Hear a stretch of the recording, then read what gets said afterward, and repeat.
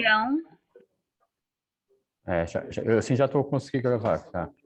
então pronto, então podemos. Olha, eu vou ficar a gravar, mesmo que eu deixo o computador, posso não ter, eu depois tirei a imagem e o som. Eu vou para a minha aula e Mas, tirei a imagem e o mas, som. mas não há problema. Não, eu levo o computador comigo, eu lá também normalmente estou com o computador aberto. Eu vou Então, tentar gravar a ótimo. aula toda. Então está bem. Se alguém, entretanto, quiser, mais pessoas podem gravar, está claro? Então, ainda não passaram 5 minutos, estou a tentar. Então, eu vou começar por explicar. Nós ainda não temos a certeza de como é que vai, em que dias vão ser os testes. Portanto, não temos ainda a certeza da proposta ter sido aprovada. O que eu vos queria dizer é, portanto, vamos começar. Eu vou tomar nota e se,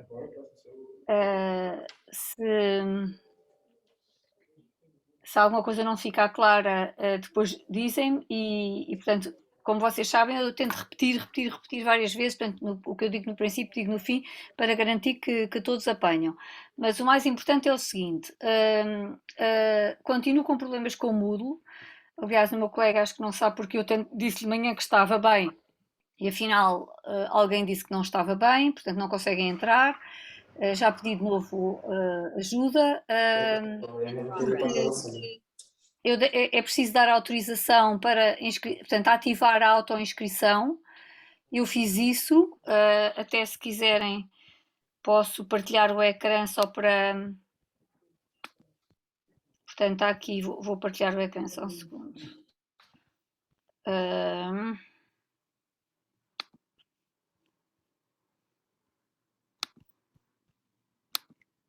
Estão a ver o ecrã da macro? Sim, tá, Ângela. Então, portanto, o que é para fazer é participantes, é só porque assim estamos aqui dois colegas, participantes, inscrever, como é que era? Participantes, como é que era? Tomei nota. Só um segundo, só um segundo, só um segundo. Participantes, menu, portanto, a rodinha dentada, onde é que está a rodinha dentada? Inscrever utilizadores, esta roda dentada, métodos de inscrição. Nos métodos de inscrição, não são as inscrições manuais, são as inscrições autoinscrição. Eu tinha posto isto ativo. Está ativo, não é? Querem tentar agora? Deixem ver se. Esperem lá. Portanto, eu fiz, como acho que é. Querem tentar agora, só porque há pouco uma colega vossa disse que não conseguia. Portanto, como viram, confirmei que está ativo a inscrição. É que eu estou com dúvidas. Quando aparece o olho fechado, o olho aberto, que horror, é que não se percebe quando diz ativar, não se percebe se está a mudar ou não. Alguém pode tentar entrar no Moodle?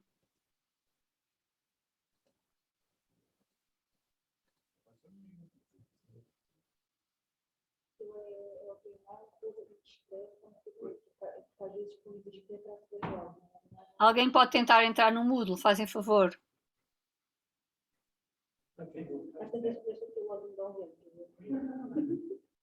Eu vou parar de partilhar só para ver se vejo aqui a lista de participantes.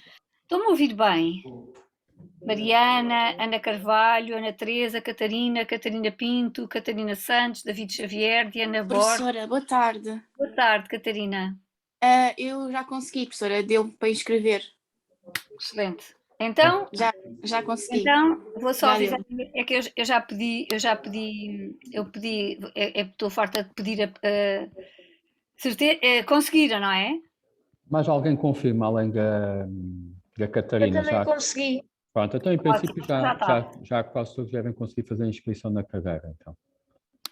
Desculpem.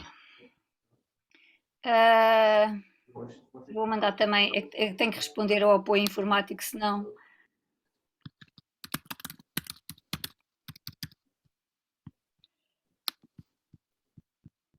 Então, Moodle resolvido. No Moodle, eu vou voltar ao Moodle para vos mostrar outra coisa.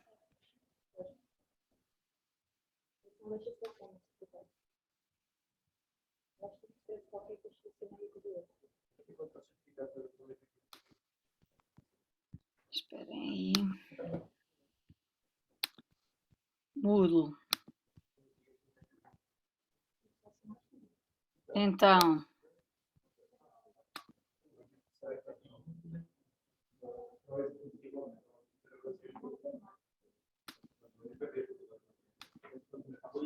estão a ver a disciplina de macro?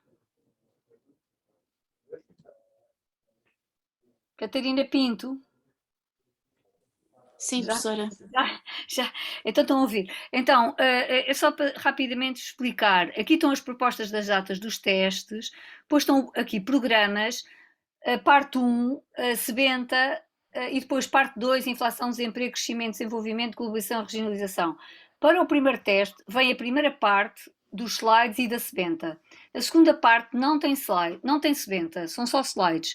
E a segunda parte é um desenvolvimento, aprofundamento da primeira parte. O que é que eu quero chamar a atenção? O que vamos dar, e depois aqui em baixo, material diverso, estes são os slides de resumo, e aqui são slides que são meus, 105 slides, são slides de resumo de matéria, revisão de matéria, portanto são slides de estudo. E aqui o meu colega Pedro vai colocar os slides de apoio às aulas práticas, enfim, o que já vos passou. Depois aqui são submissões dos trabalhos, mas eu queria chamar a atenção, e aqui muito importante, partilha de materiais, é livre, é partilha de vídeos, de sites, de pesquisa. Pesquisa são artigos, notícias, trabalhos não vossos, não é? Teses, o que encontrarem. Glossário, para irem colocando definições de temas, e o wiki de colaboração cooperativa, portanto, o texto é um texto colaborativo, podemos pôr listas de tópicos, podemos pôr, é um texto aberto. E depois aqui, queria explicar o que isto é, informação extra diversa. Eu ao longo dos anos, tal e qual como fiz para o programa deste ano, estes são programas ou pequenas notas que eu fiz para outros semestres. Mas, portanto, é só para dizer que eu acho que a maior parte de vocês não tem paciência para ler muita coisa, mas alguns têm. Se quem tiver paciência, ou quiser que eu explique, ou quiser marcar uma aula de apoio só para eu explicar isto,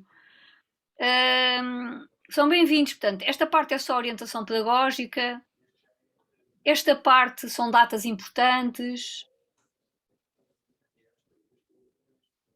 sequência de conceitos e modelos, isto é matéria, portanto, é só para chamar a atenção. Estão aqui coisas que não são muito, enfim, são extremamente alargadas, como o que está aqui em cima, mas isto é matéria, portanto, isto é resumo de resumo de resumo, portanto, sequência de conceitos e modelos, circuito económico, ciclo económico, modelo keynesiano, portanto, são resumos, modelo ADAS, modelo ISLM, e depois, talvez a parte mais importante do que está aqui, são links para o Banco Mundial, para o Banco Mundial Data. Estes dois são os meus favoritos, porque são as melhores equipas do mundo. A missão é acabar com a pobreza no mundo. E tem o primeiro site, que é este do Banco Mundial, que é todo bonito, com vídeos, é espetacular, muda, não sei, todas as semanas ou 2 em 2 semanas, tem sempre uma nova notícia, é espetacular, espetacular. E depois este, é para quem quer trabalhar, e trabalhar é o quê? Analisar, fazer pesquisa ou por país ou por indicador, e podemos passar de um para o outro. Portanto, é super importante. Depois isto são sites de pesquisa, são links para motores de busca e bases de dados de artigos académicos, e depois sites importantíssimos de crescimento, transição pós-carbono, as questões éticas, finanças, empreendedorismo. Sim, sim. Desculpe estar a incomodar, é que a Ana não consegue entrar, acho que a professora tem de aceitar. Desculpem lá, sabem porquê? Não está ninguém para aceitar, que eu também tenho que estar a aceitar à medida que aparecem aqui as pessoas. É que ela mandou-me mensagem a dizer que não consegue. A Ana Catarina apareceu agora aqui para... Ana Catarina, sim. Acabei de aceitar, mas só chegou agora. Desculpem lá, é que eu, como estou a partilhar ecrã, não vi as mensagens. Bem, mas pronto, o que eu quero chamar a atenção. Ângela, eu estou a admitir as pessoas. Como tu estás a falar, eu trato dessa parte. Obrigada. Eu também não quero demorar muito tempo, mas está a gravar? Não estou a ver aqui o. Tá. No meu está a dizer que está a gravar. Eu estou a Ah, gravar a aula está a para gravar, todos. está a gravar, está a gravar. Depois faço a partilha da Então, aula. é só para deixar claro, o que está no Moodle, o que está em baixo, façam uma leitura diagonal. Não estou a dizer para lerem tudo, mas façam uma leitura diagonal. E igualmente do programa. E então, a matéria de hoje vai ser uma de 3 aulas em que vamos, mais ou menos uma média de 20 slides por aula. Portanto, é uma mera introdução, é uma mera introdução. Vamos desenvolver mais ao longo de todo o semestre. Eu volto a repetir, a primeira parte da matéria é a mesma que nos vai acompanhar o semestre todo. Quando falamos da segunda parte, é apenas um aprofundamento. Quando falamos de mais tópicos que eu refiro, quer nas minhas notas, quer no programa, é ainda novo aprofundamento. O que é que eu quero chamar a atenção? É como em mancha de óleo. Temos aqui uma zona central, mas vai-se espalhar até onde nós quisermos. Se quisermos estar a tomar banho numa banheira, temos uma banheira. Uma piscina. O oceano. O universo. É o que nós quisermos. Porquê? Porque a economia chega a todo lado. Até as expedições a Marte têm que ser pagas pelos contribuintes. Portanto, somos nós, contribuintes, que pagamos de alguma maneira tudo o que está a ser feito no mundo. Então, dito isto, quais são as 3 partes que vamos falar destes slides? São mais ou menos, eu estive aqui a tomar nota, os slides são 61 slides. Hoje vamos dar até o slide de 1 a 23, que são os setores, são 4 setores. Eu vou fazer uma muito breve introdução e depois é que vou passar aos slides. Depois vamos ter uma breve introdução do slide 24 ao 39. Temos uma breve introdução à contabilidade nacional. Atenção, tem muito pormenor. Não é preciso saberem os pormenores. Porquê? Porque o teste é com consulta. É preciso perceberem e conseguirem relacionar conceitos. E depois, na terceira aula, vamos passar para a parte mais importante, que são os modelos gráficos, o ISLM, a ADAS e as políticas macro, que é a parte mais importante, porque obriga a relacionar tudo para trás. Portanto, o que eu quero chamar a atenção, e que são os slides de 40 a 61. Eu volto a repetir, os 4 setores económicos são hoje, do slide 1 ao 23, é o setor real, monetário, público e externo. Depois, na próxima aula, temos introdução à contabilidade nacional e às 3 óticas do PIB, com muito pormenor, não é para perder, pronto, é só para dizer que não tem fim. Slide 34, 24 ao 39. E depois, o mais importante, políticas macro e modelos, ISLM e ADAS, 40 a 61. Mais importante, mas não é mais importante no sentido de ser completamente, é até ao fim do semestre, vamos continuar a desenvolver. Alguma questão? Está tudo. Vou começar. Antes de começar, antes de abrir os slides, o que é que são os 4 setores? Os 4 setores são real, monetário, público e externo. Nós, quando falámos do circuito económico, já tínhamos falado das famílias, das empresas, do Estado e do resto do mundo. Por isso temos aqui 2 setores que coincidem, que é o Estado, setor público, portanto, agente económico Estado equivale ao setor público, agente económico resto do mundo equivale ao setor externo. Portanto, temos 4 setores, 2 deles coincidem com os 4, portanto, 4 setores, 2 deles coincidem com 4 dos agentes económicos. Mas depois sobram-nos aqui o setor real e monetário e aqui as famílias e empresas. E, olhando para o circuito económico, famílias e empresas famílias, consumidores, todos os produtores também são consumidores. E, por seu lado, os produtores, portanto, todos os produtores são consumidores, mas nem todos os consumidores são produtores. Portanto, o mais abrangente da ciência económica e aquilo para que a ciência económica vive, em teoria, é para todos os consumidores.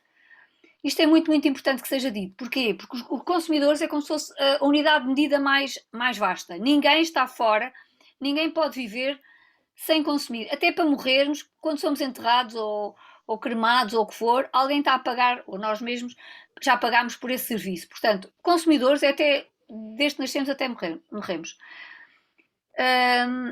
Agora, passando para os setores, público é relativamente fácil porque corresponde ao agente económico Estado, externo é relativamente fácil porque corresponde ao agente económico resto do mundo. O que é difícil é perceber o setor monetário e o setor monetário ou financeiro e o setor real ou produto. Portanto, quando nós falamos de setor real ou produto, mercado monetário ou financeiro, estamos a falar da mesma realidade como se fossem duas faces da mesma moeda. Eu olho para um lado ou olho para o outro. E o exemplo que eu dou é, tenho uma caneta e só existem canetas nesta economia. Eu digo, tenho 100 mil canetas. E alguém pergunta, então qual é o mercado do produto dessa economia? 100 mil canetas. Então, e qual é o mercado monetário dessa economia? Cada caneta vale 1 euro, portanto são 100 mil euros. Portanto, eu digo, estão aqui 100 mil euros no mercado monetário de canetas e digo aqui no mercado do produto, tenho 100 mil canetas. Portanto, o que é que eu quero chamar a atenção? Criamos dois universos paralelos, portanto, quando estamos a ver um, não vemos o outro, que podemos passar de um para o outro, mas que estão a falar da mesma coisa, mas um interessa a uma análise económica e financeira em que o preço é a taxa de juros, por isso usamos o modelo ISLM.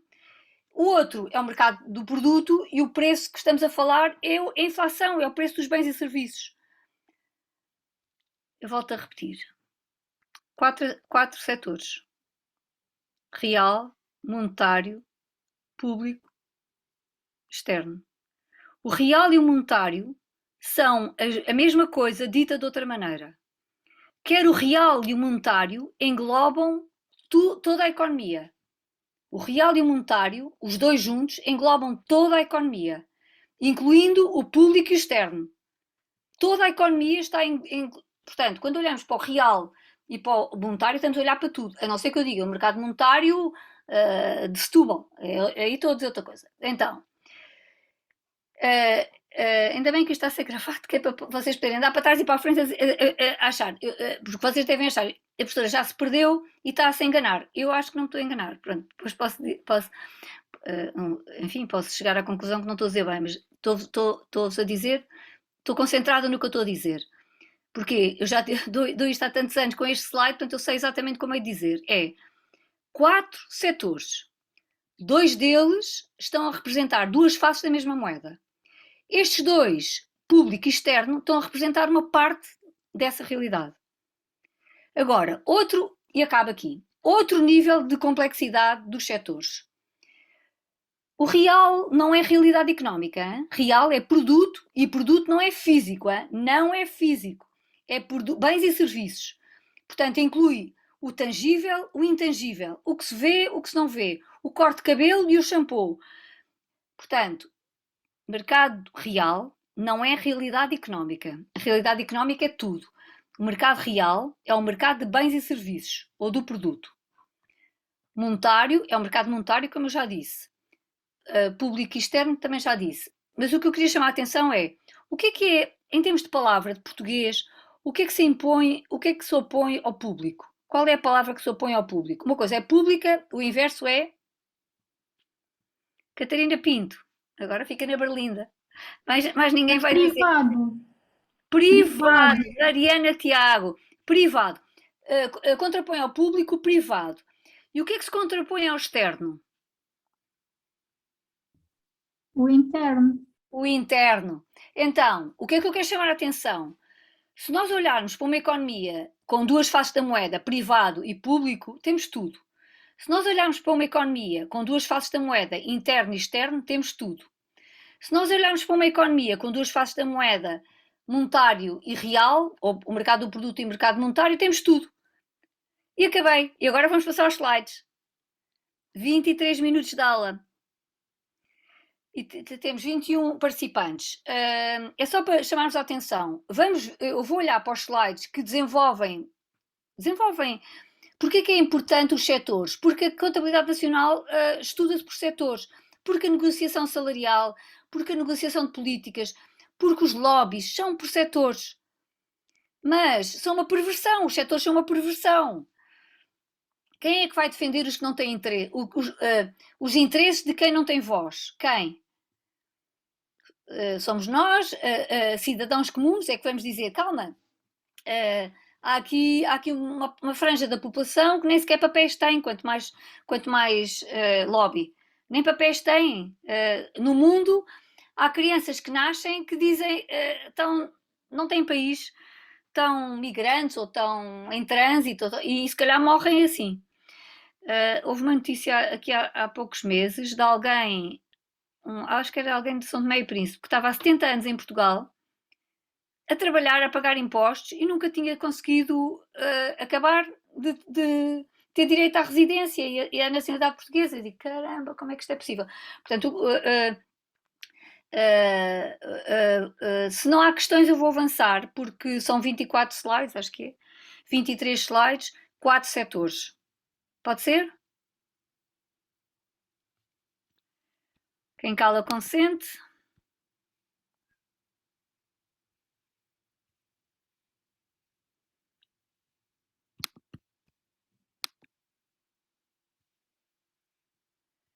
Então, análise política macro, estão a ver os slides? Parte 1, macro.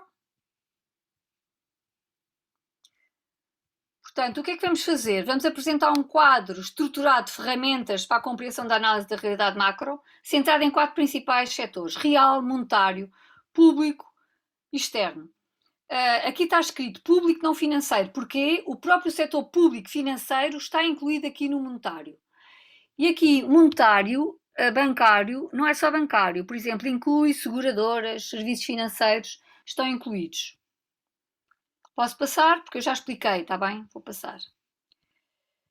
Aqui é o resumo, portanto, a análise da política macro, despesa, produto e rendimento, consumo, poupança, rendimento disponível, riqueza, investimento e taxa de juros, agregados monetários de massa monetária, receita e administração pública, déficit e dívida, balanças externas, déficits externos, ISLM e políticas orçamental, monetária e cambial. Aqui, começando por baixo, só a introdução, a política fiscal não está aqui incluída, porque está incluída dentro da orçamental. Eu costumo diferenciá-las por orçamental e fiscal, monetária e cambial. Porque a fiscalidade é de tal maneira importante que vale a pena sobressair.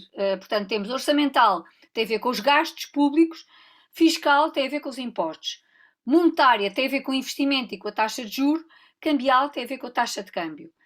Essa é a última parte da matéria. Oferta e procuras agregadas são os modelos gráficos que eu dei brevemente e que vamos dar mais tarde, portanto vai ser na última fase. Aqui estamos a falar, nestes dois, estamos a falar do desenvolvimento da contabilidade nacional relacionada com o setor externo, aqui com o setor público, aqui com o setor monetário, e aqui poupança, rendimento, disponível, despesa, produto e rendimento, é o que vamos falar hoje. Se calhar antes de passar à frente, a despesa, quando olhamos para o modelo keynesiano, Y igual a C mais I mais G mais X menos M, olhamos para Y, que quer dizer rendimento ou produto, ou podemos olhar como o PIB, ou procura a igualdade entre procura e oferta agregada, e do outro lado temos a despesa agregada, a despesa interna e a despesa externa. E essa despesa olhamos como se fosse um bolo, uma tarte. Cada agente tem uma fatia desse bolo. Quando uma dessas fatias aumenta, todo o bolo aumenta. Como uma dessas fatias diminui, todo o bolo diminui. Essa é a despesa. O produto é a produção, aquilo que vai dar resposta à despesa. O rendimento é a soma de todos os rendimentos produzidos nesse país, salários, juros, rendas, não estou a lembrar de mais nenhum. Lucros, muito bem, muito importante. Salários, rendas, lucros, juros. São os quatro. Todos esses rendimentos somados vão ser equivalentes ao que é produzido. E aqui estão as 3 óticas do PIB. Eu posso medir tudo que existe como procura, ou despesa, tudo o que existe como produto ou valor acrescentado, aquilo que eu vou acrescentando ao longo do ciclo produtivo, ao longo da cadeia de valor, ao longo da cadeia de abastecimento, ou os rendimentos. E vou passar. Tomem nota, se fazem favor, de alguma dúvida, porque eu não vou conseguir parar para tirar dúvidas aqui. Estabilização, crescimento, estrutura e conjuntura, análise da política. Uma coisa é a análise da conjuntura e as políticas de estabilização, que são os modelos que estamos a analisar. Nós já falámos isto brevemente, é o ciclo económico, que mede o rendimento, e aqui temos a conjuntura. A conjuntura é como em que fase do ciclo estamos. Quando estamos numa fase do ciclo de expansão, temos o risco de inflação. A economia está demasiado aquecida. Quando estamos na fase de depressão, estamos o risco, não, estamos numa série de desemprego, portanto, com alto nível de desemprego. O que é que fazem as políticas contracíclicas? Como é que, conjunturalmente, cada governo vai responder à conjuntura? Vai dizer, se a economia está quente mais, vamos arrefecer. Políticas contracíclicas contra acionistas. Se eu estou cá em baixo com desemprego, quero combater o desemprego, tenho que estimular a economia. Políticas contracíclicas expansionistas. Portanto, é isto que acontece aqui.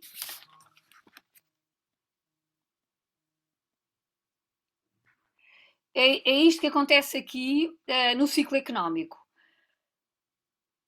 Conjuntura é o ciclo, curto prazo, longo prazo é a tendência de crescimento a longo prazo.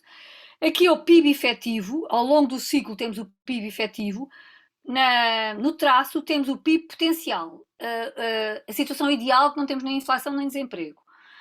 Mais tarde vamos dizer mal disto tudo e vamos dizer, isto está, esta visão da economia está a pressupor que o crescimento económico é bom para todos e que vai ser tudo uma maravilha, e então vêm as teorias decrescentistas. Mas isso é para depois do primeiro teste. Não vamos falar ainda das políticas decrescentistas, é só para chamar a atenção que a ideia de que toda a economia mundial vai crescer infinitamente e gastar recursos infinitamente e que vamos todos viver em Marte, não será. Um dia que reencarnarmos com baratas, se calhar isso pode ser possível. É só para chamar a atenção que tudo isto é contestável.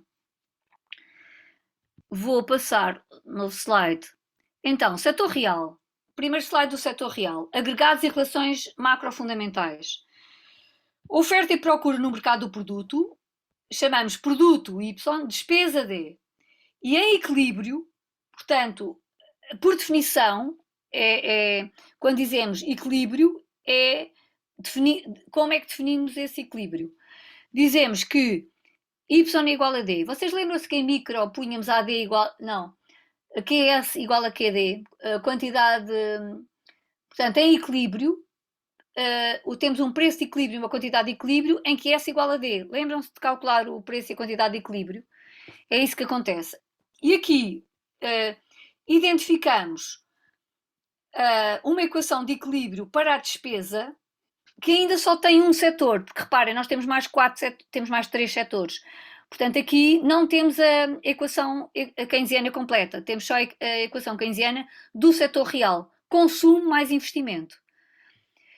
E mais à frente vamos falar, para passar para o setor público, para o setor monetário, para o setor público e para o setor externo, e esta equação vai se completar.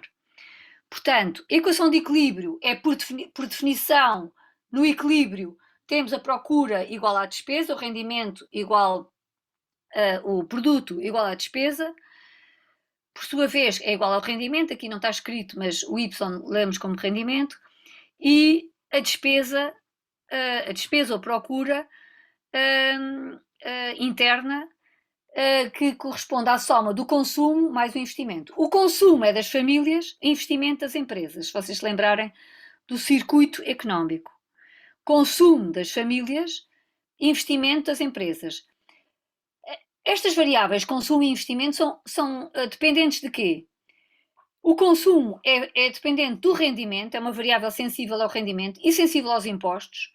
O investimento é uma variável sensível à taxa de juro.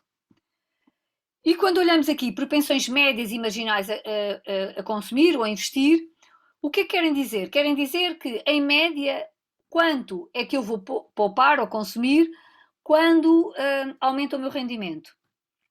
E temos que saber que o meu rendimento disponível, aquilo que eu recebo como fruto dos meus rendimentos, o meu rendimento individual, chamamos rendimento disponível, YD, rendimento disponível, é igual ao tudo o que eu consumo mais tudo o que eu poupo. Quer dizer que se eu tiver rendimento que não gasto em consumo, o que é que acontece? Estou a poupar. Não estou aqui a contar com os impostos. Hein? Ainda não chegou o Estado, por isso ainda não se paga impostos. Aqui temos a equação consumo dependente do rendimento. O rendimento de todos os agentes. Portanto, é o rendimento, este Y grande. Portanto, quanto mais a economia está a crescer e a produzir rendimento, mais os consumidores vão ter tendência a consumir. Aqui está um gráfico. Não, ainda não temos o gráfico. Portanto, as propensões médias. Portanto, a poupança vai ser, se passarmos para este lado o Y, pomos Y igual a S mais C, portanto, ou consumo ou poupo, e a equação de equilíbrio implica que todo o meu rendimento vai ser igual a toda a minha despesa, porque no fim toda a minha poupança é igual a todo o meu investimento. Como é que se percebe isto da poupança igual ao investimento? Não sei se vocês se lembram, no circuito económico temos Estado, empresas, resto do mundo e famílias. E produzimos, consumimos, produzimos, consumimos, produzimos, consumimos. E depois tem fugas e injeções. O que é que são as fugas? As fugas são, por exemplo, impostos. Eu pago impostos e o Estado depois vai incluir os impostos como subsídios. Portanto, uma fuga é um imposto, uma injeção, subsídio. Outro exemplo de fuga e injeção é a poupança e o investimento. Eu produzo, consumo, produzo, consumo, produzo, consumo. Mas alguém diz, não, agora podemos poupar. Então eu ponho ali 10%, 1% do que eu ganhei, não consumo, ponho de lado e entra ali nas poupanças, portanto sai do circuito de produzir e consumir, mas alguém vai ter que investir. Portanto, poupança, fuga, injeção, investimento. O que sai tem que ser igual ao que entra. E por isso é que está aqui escrito que olhamos para o universo inteiro e estes dois universos têm que ser iguais. Rendimento igual à despesa. Mas olhamos para isso quer dizer, isso implica, para isso ser verdade, para isto estar em equilíbrio, implica tudo o que saiu tem que entrar. Tudo o que saiu como poupança tem que entrar como investimento. Isto é só para explicar de onde é que vem esta equação de equilíbrio. Depois, o investimento é dependente da taxa de juros, portanto, Y depende... eu aqui não expliquei, quem não tem de matemática tem que saber interpretar isto. Isto como é que se lê? C é uma função de Y e quer dizer que o parâmetro, portanto, quando o Y sobe, a relação entre Y e C é positiva. Portanto, há uma relação positiva de reforço mútuo. Sobe o rendimento, sobe o consumo. Baixa rendimento, baixa consumo. Enquanto que aqui é o contrário. A função investimento depende negativamente do I pequenino, que é taxa de juro.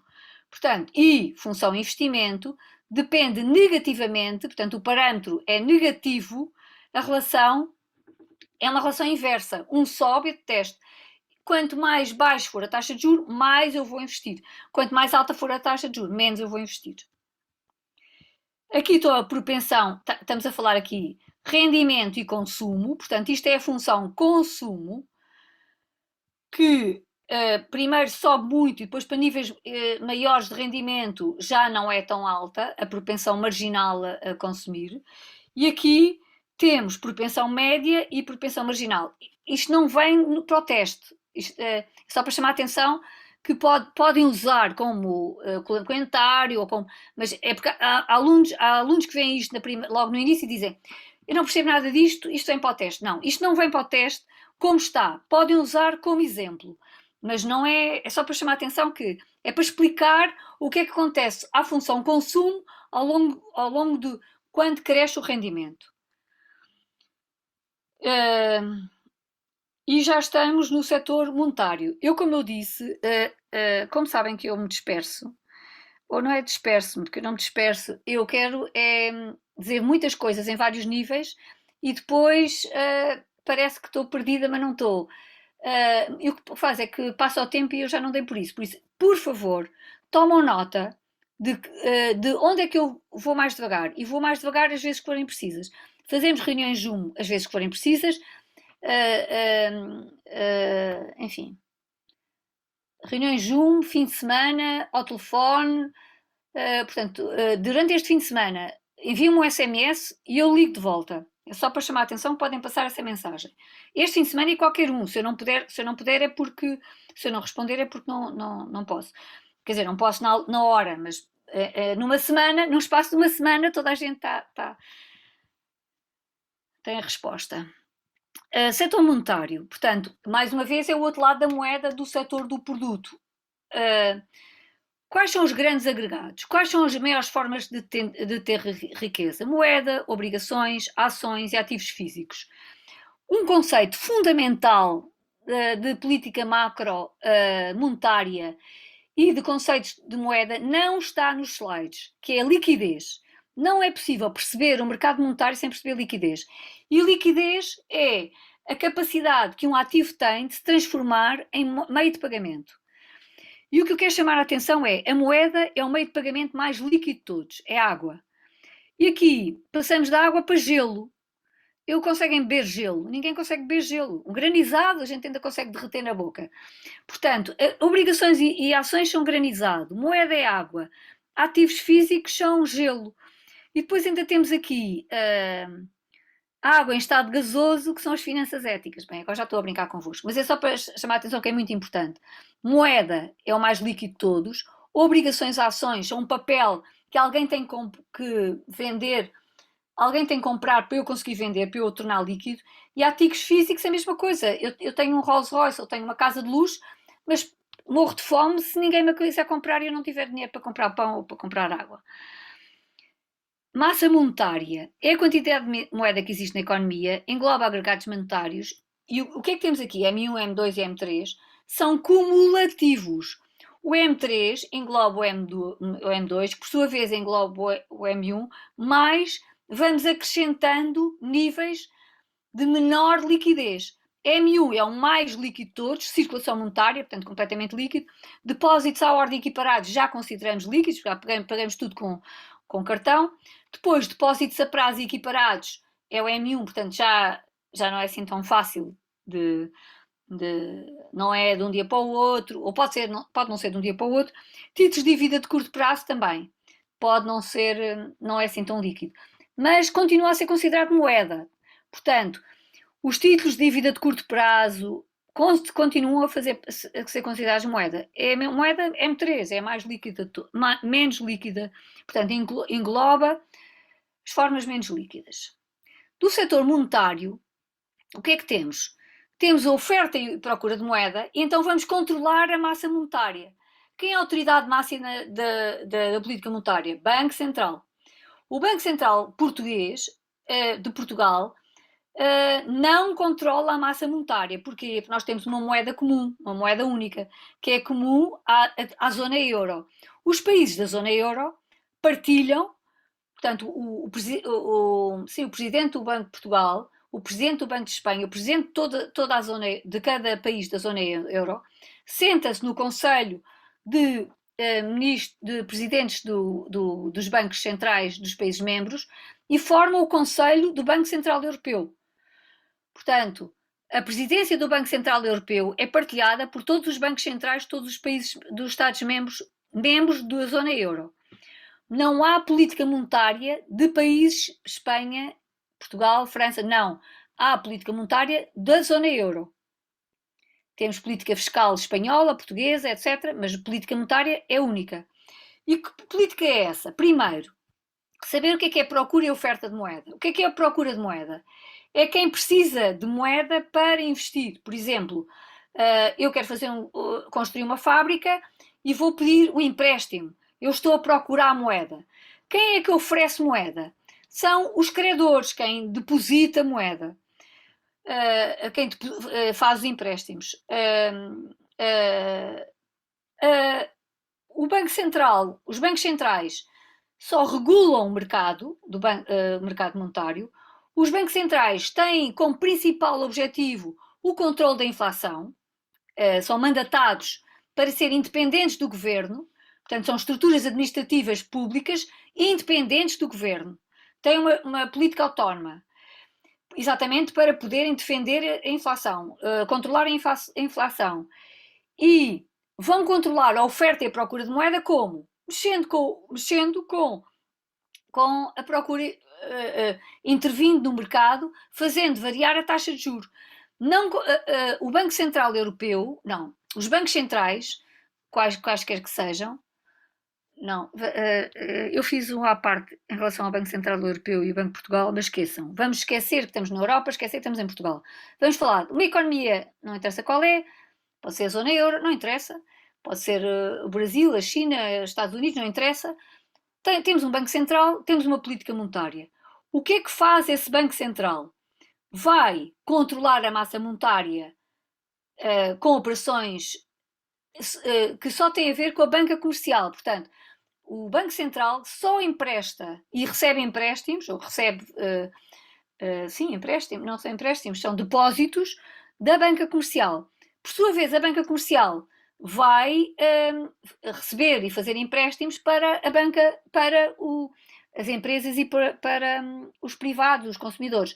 Portanto, temos aqui uma escadinha: Banco Central, banca comercial e o resto da economia, empresas e famílias. O Banco Central vai controlar isto que está aqui, toda a economia, como? Nesta ligação. Na ligação entre o Banco Central, a banca comercial e a economia toda que está aqui. Como? Abre e fecha a torneira, uma abre e fecha a torneira, que faz mexer a taxa de juro, que faz mexer esta taxa de juro.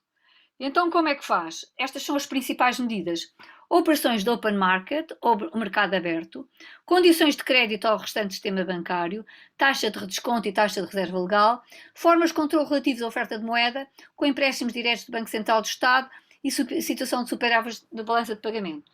Portanto, superávit é, em vez de estar em déficit, em vez de termos menos receitas que despesas, temos mais receitas que despesas. Portanto, eu na minha balança já estou aqui a incluir o setor externo, que não demos. O setor externo, que vamos lá mais à frente, daqui a bocadinho, o setor externo, estamos a receber muito dinheiro do exterior. Portanto, eu tenho aqui uma almofada.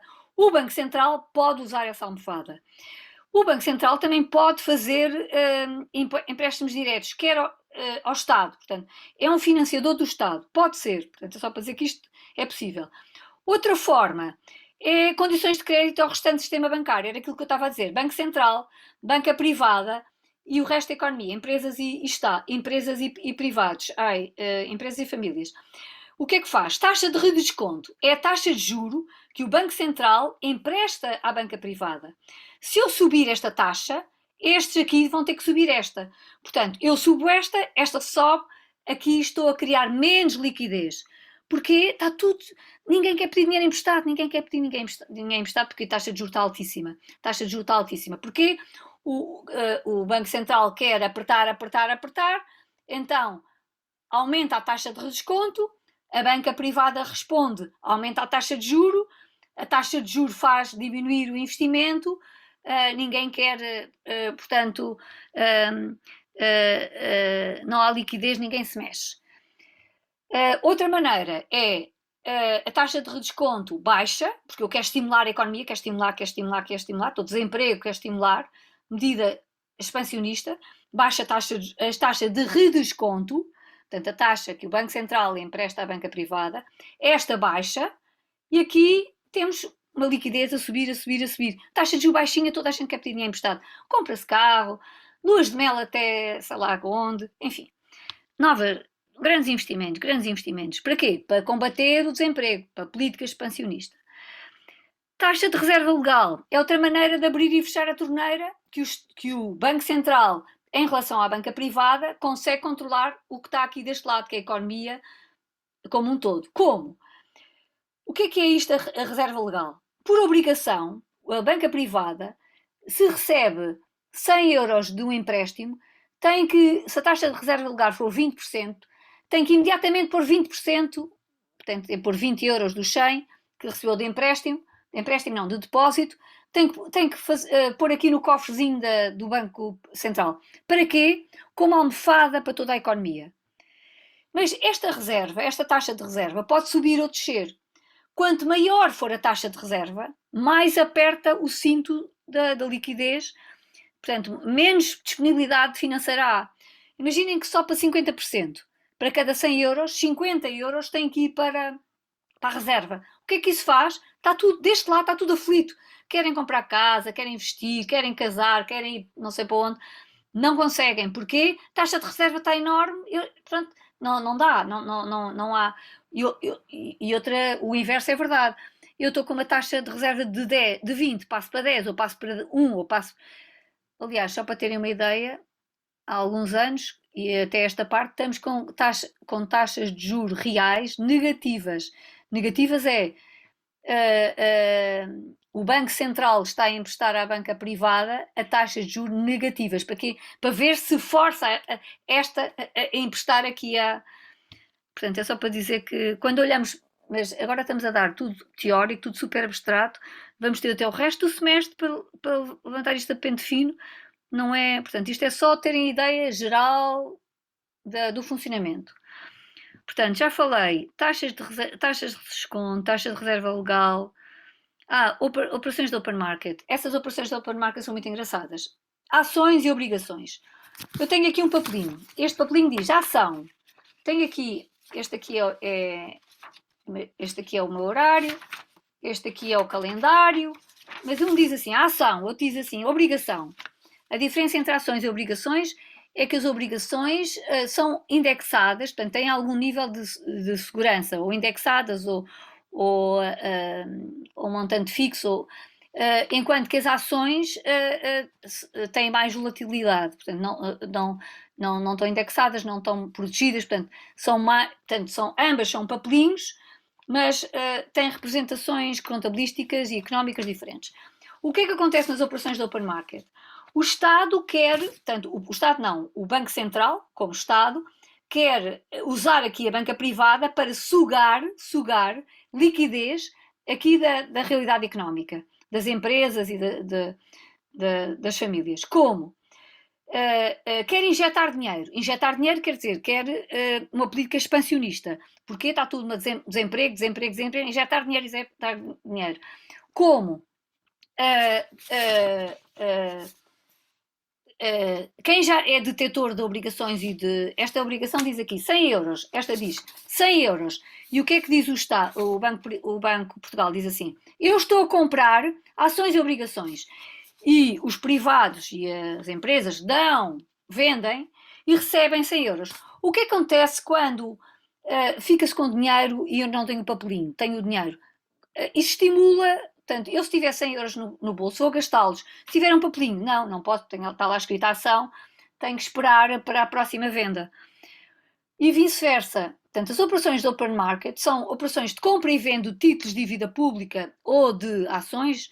Atenção, aqui há uns anos, acho que foi o Mariano Draghi, que foi um dos presidentes do Banco Central Europeu, que introduziu na crise, pós-crise de 2008, introduziu a compra de ações. Portanto, tivemos o Banco Central Europeu a investir diretamente em operações de alto risco. Para quê? Para financiar a economia europeia. Portanto, a investir em ações de empresas, coisas que era um tabu, um escândalo, se fosse 2 anos antes, ou 10 anos antes, ou 20 anos antes, ou 200 anos antes, uma coisa impossível. Portanto, isso já existe. Então, não quero, portanto, mais uma vez, casos reais é para desenvolvermos depois. Agora é só para percebermos a lógica. O papel, se está na mão dos consumidores ou de empresários, não é gasto. Portanto, se o Banco Central quer que as pessoas tenham dinheiro na mão, compra as ações, dá o dinheiro e isso aumenta a liquidez no mercado. Baixa a taxa de juros, estimula o investimento. Por sua vez, se estou com a inflação, quero arrefecer a economia, eu vendo ações, emito títulos de dívida pública, obrigações do Tesouro, títulos de dívida pública, emito 100 milhões de euros de título de dívida pública. As pessoas ficam com o papelinho na mão e não gastam. Portanto, eu estou a absorver a liquidez, estou a controlar a inflação. Isto é cansativo, mas é só para dizer que vamos repetir isto 1000 vezes com a política monetária. Portanto, isto é mesmo uma pequenina introdução dentro do setor externo. É só para dizer, existe uma coisa que se chama setor externo. Não, desculpem. Setor monetário. Existe uma coisa que se chama setor monetário. Tem o Banco Central, controla a oferta e a procura e tem instrumentos de controle da massa monetária. Não falei aqui deste L. O L é procura de moeda. M é oferta de moeda. M grande, oferta de moeda. L, procura moeda. M não muda no modelo keynesiano. M é fixo. É considerada fixa. O L é que muda. E o L depende da taxa de juros e depende do rendimento. É negativamente relacionado com a taxa de juros, portanto, quanto maior for a taxa de juros, menor é a procura de moeda, porque eu não quero, é o preço do dinheiro, eu não gosto de nada caro, tudo o que é caro eu vou consumir menos, dinheiro muito caro, não consumo, dinheiro barato, consumo muito. Portanto, esta relação é negativa e esta relação é positiva. Quanto mais rendimento houver, mais eu quero procurar moeda. Eu estou a receber muito rendimento, quero fazer muitas viagens, quero investir, quero fazer fábricas, quero abrir empresas, e isto acontece com a economia toda. Mais uma vez, isto repete-se às vezes que forem precisas. Setor público, já estamos no terceiro do quarto.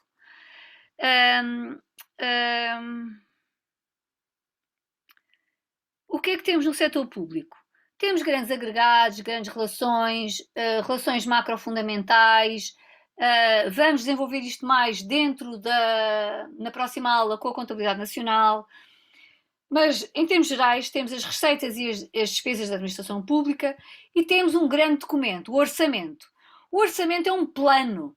É um plano. Eu posso ter um plano para as minhas despesas e receitas individuais, posso ter um plano para a minha família, posso ter um plano para a minha vida, posso ter um plano para o país, posso ter um plano para a economia do mundo. É um plano.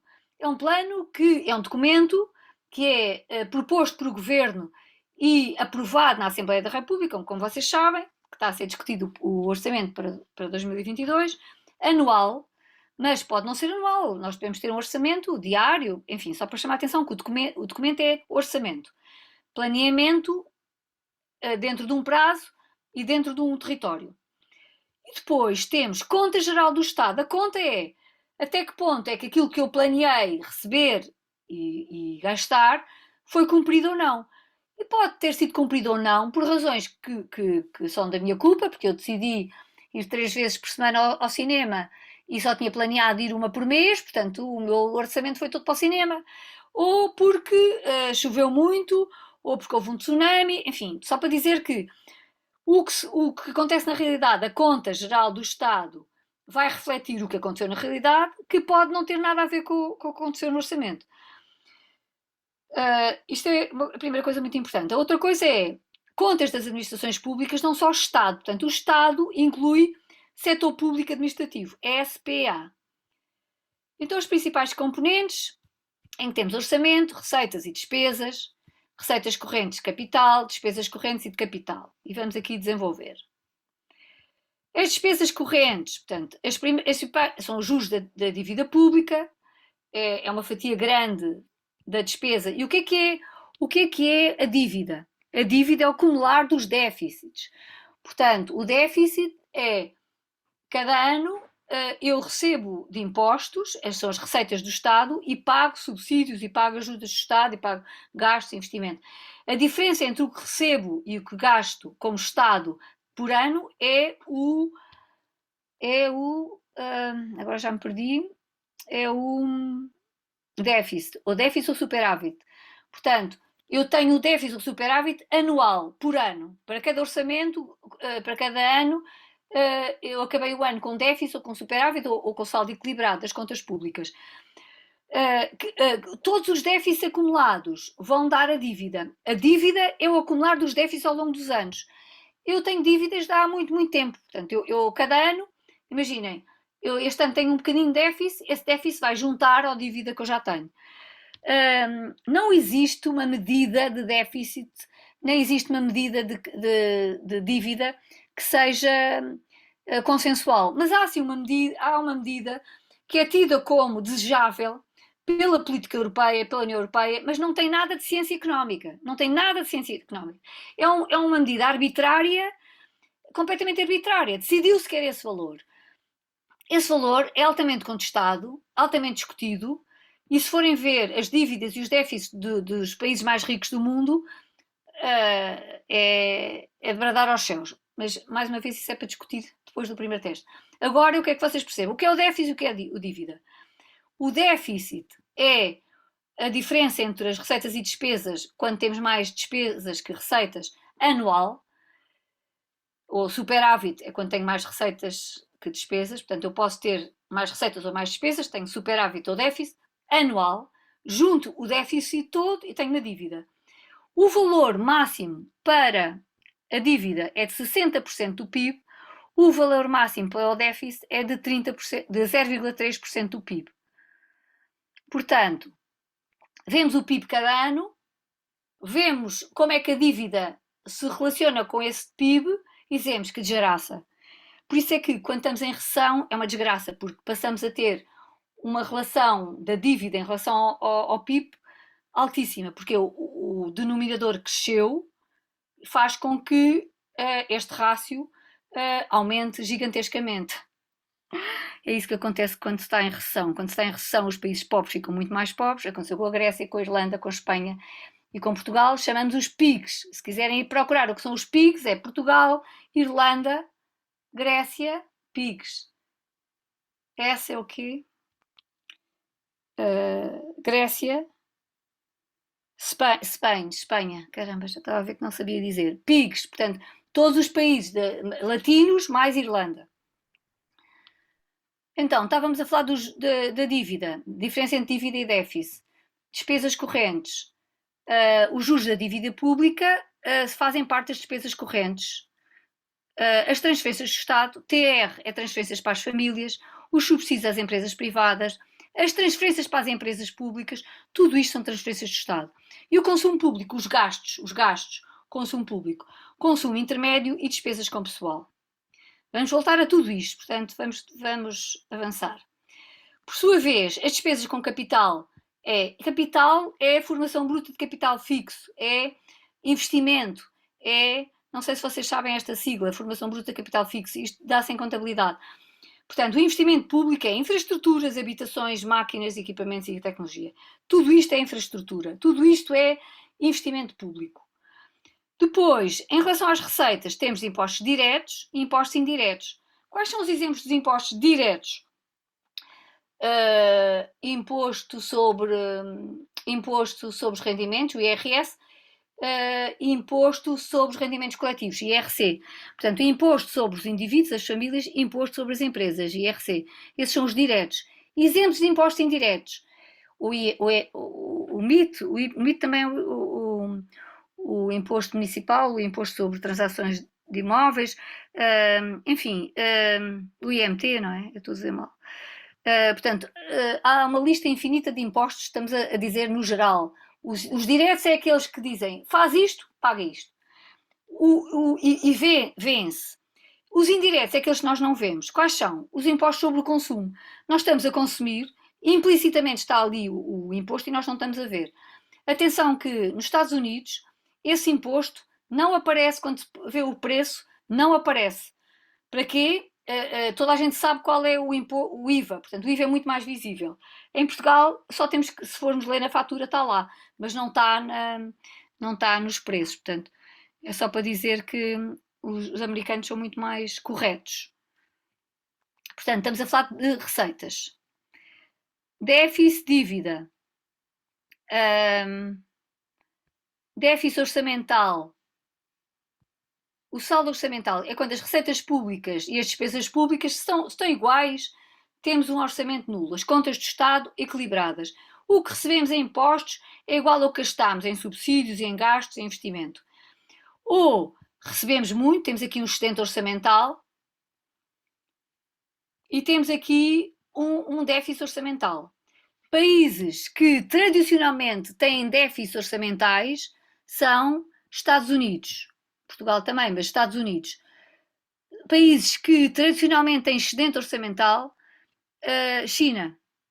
Portanto, a China tem altos níveis de poupança, tinha durante 30 anos, altos níveis de poupança de Estado, altos níveis de poupança privada, de pequenos, portanto, de famílias, e altos níveis de poupança das empresas. Agora está tudo a mudar, o boom imobiliário, a bolha imobiliária já chegou não sei se vocês se apercebem, a China, nos últimos 30 anos, criou pequenas cidades, para eles são pequenas, de 10 milhões de habitantes, portanto, população portuguesa, portanto, e são N cidades, portanto, são megacidades, mas para eles não são, portanto, é só para chamar a atenção que a escala, o que é que eu quero chamar a atenção? Adivinhem quem é que ao longo dos anos foi comprando a dívida pública americana ao longo dos anos? Os chineses, portanto, os chineses pobres, portanto, famílias com rendimentos dos mais baixos do mundo, comprava a dívida pública do Estado do país mais forte do mundo. Portanto, isto aconteceu durante 30 anos, mas isso está a mudar tudo, está tudo a mudar. O que é que eu quero chamar a atenção aqui? Que há muitas casquinhas da cebola para descascar. Aqui, até o teste é conceitos, relacionar conceitos. Exemplos, podem dar exemplos, mas é à base de conceitos. O resto do semestre é usar esses conceitos para fazer análise económica, para pensar, para imaginar, para sonhar. É a festa, vai ser a festa. Quando há um déficit público, o que é que acontece? Há necessidade de financiar. Como? Emitimos moeda, o Banco Central pode dizer, está bem, vamos emitir moeda. Vamos contrair dívida pública, cá estou eu, Estado, Banco Central, dizer, vamos emitir títulos de tesouro, obrigações de tesouro, certificados de aforro, 100 mil euros, 100 euros, 10 euros cada, quem quer comprar? E vocês ficam com o papelinho, dão-me 10 euros, é a maneira como absorve a liquidez e financio o déficit. Outras formas adicionais é depósitos de Estado de anos anteriores, portanto o Estado tem lá o seu pé de meia e vai buscar, ou empréstimos de bancos estrangeiros e instituições internacionais, ou ir a bater à porta do FMI, precisamos de um empréstimo, ou o estoque da dívida pública, o total acumulado da dívida do Estado. Portanto, o estoque de dívida pública é toda a dívida do Estado. Portanto, eu tenho que financiar o déficit, aumentar, e se eu não pagar, vai para o estoque. Portanto, tipo, tenho ali um esqueleto no armário, aqui morre aqui mais, fica aqui com um esqueleto na mão, vai outro esqueleto para o armário. Portanto, o esqueleto no armário é cada vez que eu tenho um déficit. Fica ali sem saber o que é que vai fazer, escondo no armário, chama-se dívida. E o estoque da dívida vai crescendo qualquer dia, o armário abre e caem os esqueletos todos em cima de mim. E aí eu vou bater ao FMI a dizer, socorro, já não consigo, estou em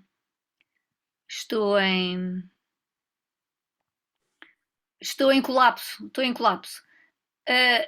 Setor público, agregados e relações macrofundamentais, impostos e rendimento. Então aqui, reparem, o nosso modelo keynesiano, Y, lá atrás tínhamos que Y igual a D, aqui pomos só Y de despesa, mas podíamos pôr aqui Y, portanto temos Y, rendimento, ou produto igual a despesa, e aqui temos despesa igual a C mais I mais G. Para termos a equação completa, falta o X menos M. C mais I mais G é consumo mais investimento mais gastos. Consumo das famílias, investimento das empresas, gastos do Estado. E depois X menos M do setor externo que vamos dar a seguir. Portanto, temos aqui a procura interna. O rendimento disponível vai ser, há pouco tinha dito que eu só tenho rendimento disponível que gasto ou consumo, gastando, ou ponho de lado e poupo. Aqui eu estou a acrescentar, estou a colocar impostos, subsídios, as relações com o Estado. Portanto, eu tenho aqui rendimento disponível, é o rendimento todo que existe da economia, menos impostos diretos, aquilo que eu vou pagar de imposto direto, mais as transferências de imigrantes, portanto, imaginem que eu tenho familiares no resto do mundo, no estrangeiro, temos remessas de imigrantes, essas são transferências. Ou podem ser transferências do Estado. Aqui também podem ser transferências do Estado, porque ainda não demos setor externo, por isso podem ser transferências do Estado. Depois passamos às poupanças da família. Tal e qual como há bocado falámos, S igual a I menos C, aqui temos CF, poupança das famílias, é igual ao rendimento disponível das famílias menos o consumo das famílias. Poupança do Estado é o SE. O SE é tudo o que recebe, portanto recebe impostos diretos, menos o que transfere, pois, aqui este TR é transferências para as famílias, desculpem lá, transferências para as famílias. Eu estava a dizer que era transferências de imigrantes, mas não é, transferências de imigrantes vai aparecer mais à frente. Transferências das famílias, portanto, a poupança, o que é a poupança do Estado? É tudo o que recebe, menos o que gasta. O que é que gasta? Os subsídios, que são as transferências, e o que gasta em consumo, gastos do Estado. O SF mais o SE, aqui podem acrescentar uma linha que é SF mais SE igual a S. Portanto, toda a poupança vai incluir a poupança das famílias mais a poupança do Estado. E, por sua vez, toda essa poupança vai se traduzir no investimento. Porquê? As fugas têm que ser iguais às injeções. Atenção, estas questões de pormenor são, tudo o que é aqui pormenor, não é pergunta de teste direta. Podem usar para justificar as vossas respostas, mas não pronto, é só para chamar a atenção, não têm que decorar, isto é tudo com consulta, portanto, podem fazer copy-paste direto desde que saibam explicar. A função imposto. O que é a função imposto? É uma função que depende do rendimento, depende positivamente, claro. Quanto mais produz a economia, mais impostos paga. Se a economia não está a produzir, como é que vai pagar impostos? Não paga. As pessoas não recebem rendimentos, não pagam IRS. As empresas não recebem lucros, não pagam IRC. Ninguém consome, não se recebe o IVA, mas aqui não está o IVA sequer. Portanto, é a função imposto direto. Passamos ao setor externo. O setor externo é muito chatinho de se dar. Agora, isto na prática é fabuloso e tem imenso interesse, e para a investigação é o setor mais importante, é o setor mais relevante, é o setor que nós podemos estar até janeiro, até o último dia do semestre, a falar só do setor externo, porque mandam-nos outros todos. Indiretamente ou diretamente, mandem-nós todos. Estamos todos vendidos. E mesmo os Estados Unidos ou a China, também, embora sejam grandes economias, ou o Brasil, ou a África do Sul, ou a Rússia, são grandes economias, todos estamos dependentes uns dos outros. A economia mundial influencia as grandes economias. Portanto, claro que uma economia pequenina, como portuguesa, ainda mais, mas só para chamar a atenção que é muito importante.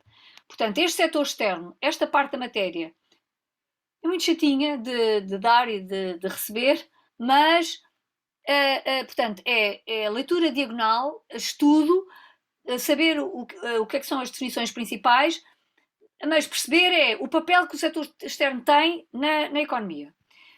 Comporta, porque isto é como as matrioscas, as bonequinhas russas, eu tinha aí matrioscas, umas dentro das outras. Portanto, o que é que está dentro de uma e de outra,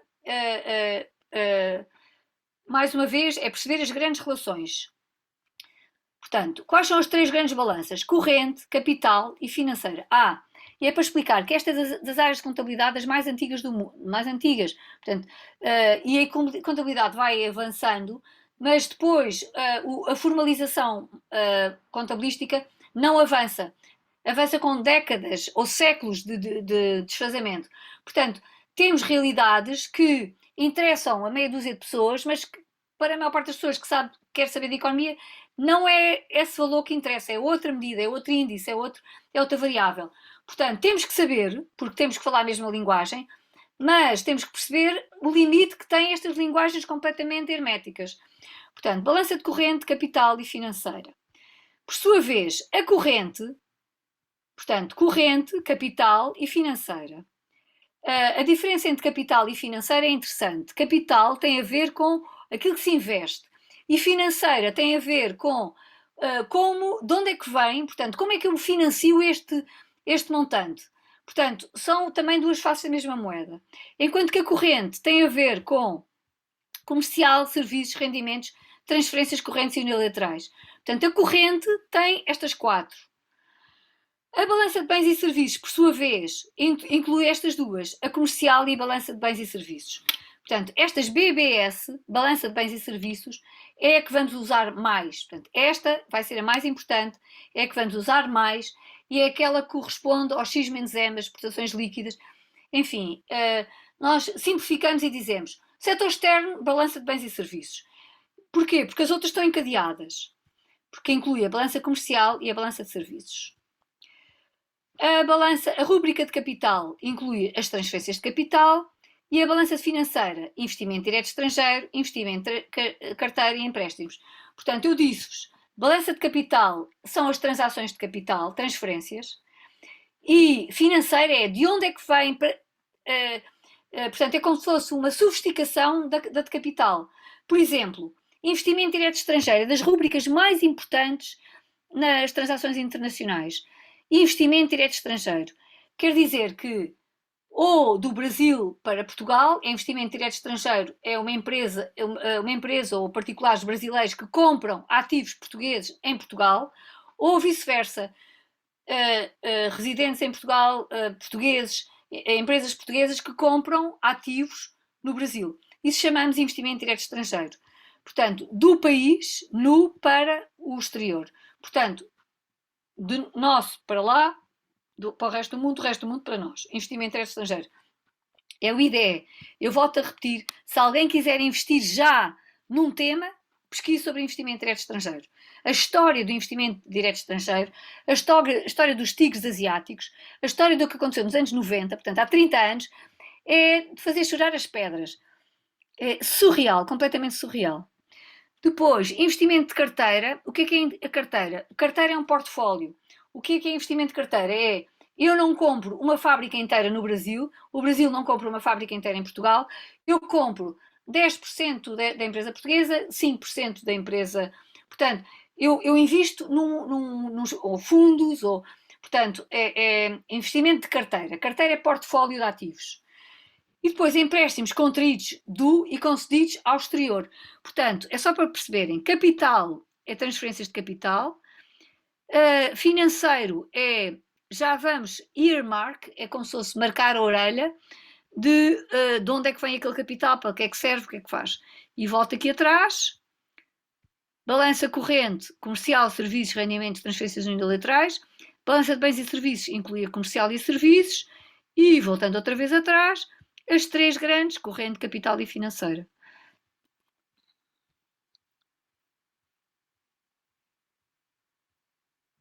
A balança corrente, o saldo da balança corrente, tem que igualar a entrada das dívidas e a saída das dívidas. Portanto, traduz a atividade do país que não gera receitas suficientes para cobrir os seus encargos com o exterior. Portanto, quando temos um saldo negativo, não entrou, portanto, quer dizer que importamos muito mais do que exportamos, a saldo da balança corrente. Portanto, temos um déficit da entrada de divisas. Ou temos um superávit de entrada de divisas. Quem é que tem superávit na Europa? A Alemanha. Quem é que tem superávit no mundo? China. Quem é que tem déficit? Estados Unidos, Portugal. Porquê? Importamos muito mais que exportamos. Saldo da balança comercial. Exportações menos importações. Portanto, saldo da balança comercial, exportações menos importações. Saldo da balança corrente, entrada de divisas e saída de divisas. Por sua vez, a balança corrente, por sua vez, voltando aqui,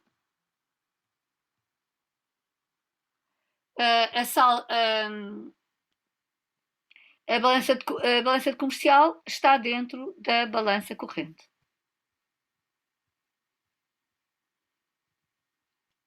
A balança comercial, podemos ter um déficit ou excedente e temos o equilíbrio, portanto, quando temos exportações iguais às importações. Estes dois conceitos, este vem no teste, assim, pode não vir, mas esta é matéria de teste. Portanto, porquê? Grau de abertura e taxa de cobertura. Porquê que estes são tão importantes? Porque permitem interpretar. Porquê? Permitem comparar um país como Portugal e um país como os Estados Unidos. São economias, uma muito pequena e muito grande. Ambas, o PIB dos Estados Unidos, portanto, por mais aberta que seja a economia americana, o PIB é tão grande que isto é muito pequeno. Portanto, o grau de abertura, uma grande economia é sempre pequeno. Mas se compararmos, sei lá, duas economias com o mesmo PIB, aí podemos comparar, sei lá, imaginem, imaginem França e Itália, qual é o grau de abertura, ou Bélgica e Holanda, ou Grécia e Portugal, ou Irlanda e Espanha. Portanto, porquê é que são importantes para os testes estas duas? Porque permitem interpretar.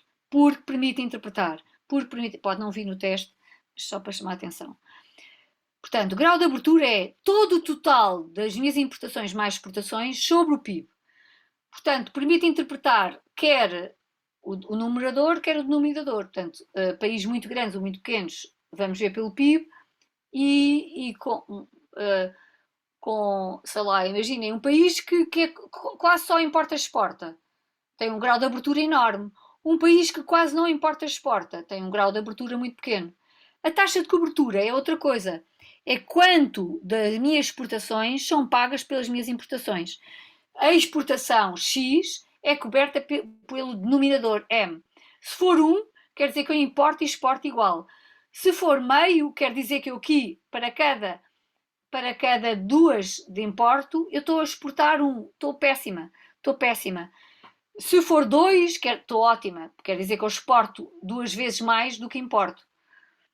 Portanto, taxa de cobertura e grau de abertura é muito importante. Pensando concretamente na balança de bens e serviços, o M, eu em cima disse que o M representa oferta de moeda. Mas quando está num contexto de importação e exportação, representa importação. Portanto, a função impostos, a função importação depende positivamente do rendimento. Isto acontece sempre. Sempre que um país tem um nível de rendimento e depois sobe, a primeira coisa a subir é a importação, porque toda a gente acha mais chique ter um carro, um vestido, uma casa, a casa não, porque a casa se comprando uma casa cá, mas uma casa de um design italiano, enfim, toda produzida por estrangeiros, tudo com material importado, é a primeira coisa que se gasta. Portanto, o que eu quero chamar a atenção é: rendimento sobem logo as importações. E aqui já passamos de volta ao setor real, portanto já estamos no slide 24, que é na próxima semana, e vamos falar da introdução à macro. E são 17h21, portanto eu estou a falar ininterruptamente há 1 hora. Era 16h16, tinha 22 alunos.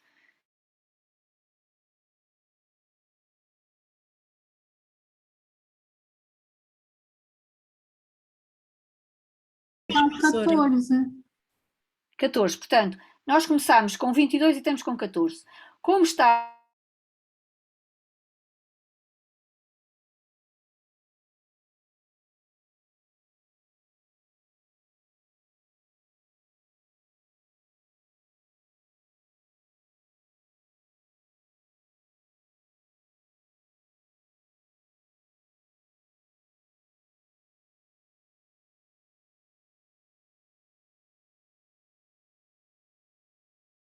este fim de semana, eu tenho bastante disponibilidade. Ele está a gravar para ficar 2 partes. Boa. Então, eu não estou.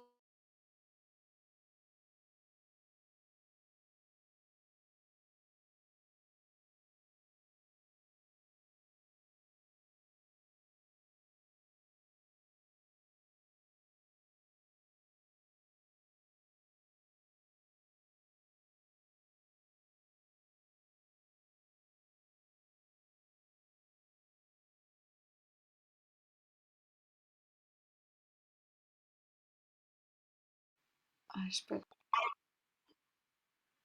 Não sei porque que está a parar e está a começar e a parar. Eu já vou deixar, está bem? Questões sobre os slides que querem que eu veja os slides agora. Senão eu paro aqui de partilhar ecrã e conversamos só. E posso voltar a abrir logo que quiserem. Posso parar?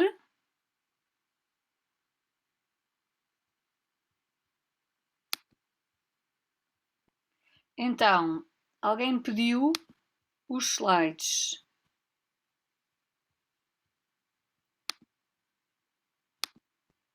Então, slide, como é que eu ponho aqui o slide?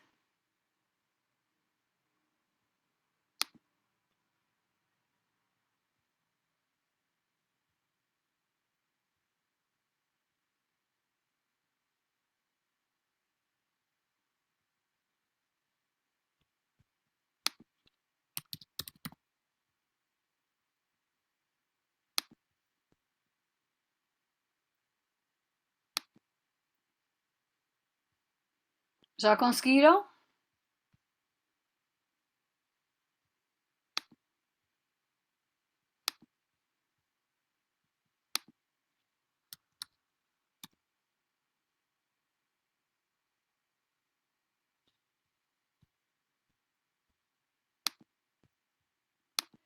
Eu estou a partilhar também os 105 slides, que são os tópicos, está bem? Sim, já dá para ver.